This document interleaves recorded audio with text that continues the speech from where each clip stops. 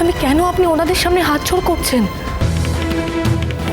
ওরা ওরা বরযাত্রী, তা বলে আমাদের মাথা কিনে নেয়নি।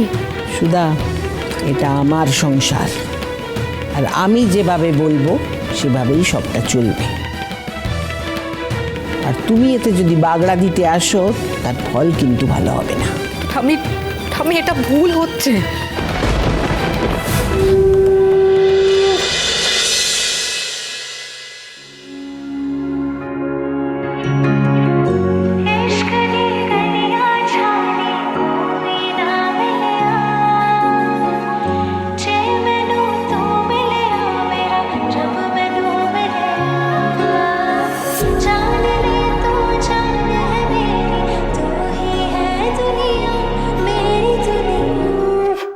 এই তো এতক্ষণে হাসি ফুটেছে।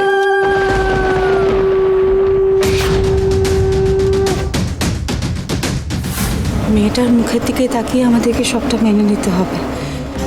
আর যদি বিয়েটা না হয় তাহলে তো ডলি আমাদের লগ্নভ্রষ্ট হবে না। ঠাম্মি যে বিয়েটা ভাঙতে রাজি নয় এটা তুমি নিশ্চয়ই বুঝে গেছো। আর ডলি নিজের জীবনের একটা নতুন অধ্যায় শুরু করতে যাচ্ছে, তার আগে যদি তুমি এই কথাগুলো ওকে বলে দাও তাহলে ওর ভালো মনে বিয়েটা করবে। তুমি বলো আমায়। তো এই যে বিয়ের দিনটাই সব নয়, ডলিকে সারা জীবন ওই মানুষটার সাথে থাকতে হবে যে যে ডলিকে নয়, ডলির বাপের বাড়ির টাকা পয়সা সোনা গয়না এইসব ভালোবাসে। ডলি কি সত্যি সুখী থাকবে? তুমি একবার ভাবো তো তেজ। আমি বুঝতে পারছি সুধা, তুমি একদম ঠিক কথা বলছো, কিন্তু ঠাম্মিকে কি করে বোঝাবে? সেই উপায়টাও আমার কাছে আছে তেজ। মেয়েটার নাম শ্বেতা, ও সম্রাটের কলেজে গার্লফ্রেন্ড ছিল, ওদের মধ্যে অনেক দিনের সম্পর্ক।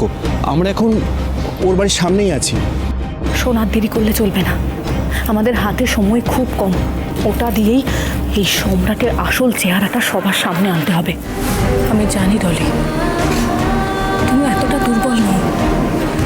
কারোর সামনে মাথা ঝুঁকিয়ে রাখার দায় তোমার নয়। তোমার নিজের জীবনের সিদ্ধান্ত শুধুমাত্র তোমার। কাঠছাড়া বাঁধতে হবে না বৌদি, আমি এই বিয়েটা করব না। আমি তো এটাই চেয়েছিলাম ডলি, তুমি নিজে সাহস করে এই বিয়েটা না করার কথা বলো। তুমি সুধার কথা একদম শুনবে না। এই বসু মল্লিক বাড়ির মেয়েরা স্বামীর কথার উপরে কোনো কথা বলে না। যাও গিয়ে বিয়ে পিড়িতে বসে যাও। এটা আমার বিয়ে ঠাম্মি, এই বিয়েতে কিছু বলার অধিকার আমারও আছে। আমি কেন স্যাক্রিফাইস করব কারোর জন্য নিজেকে?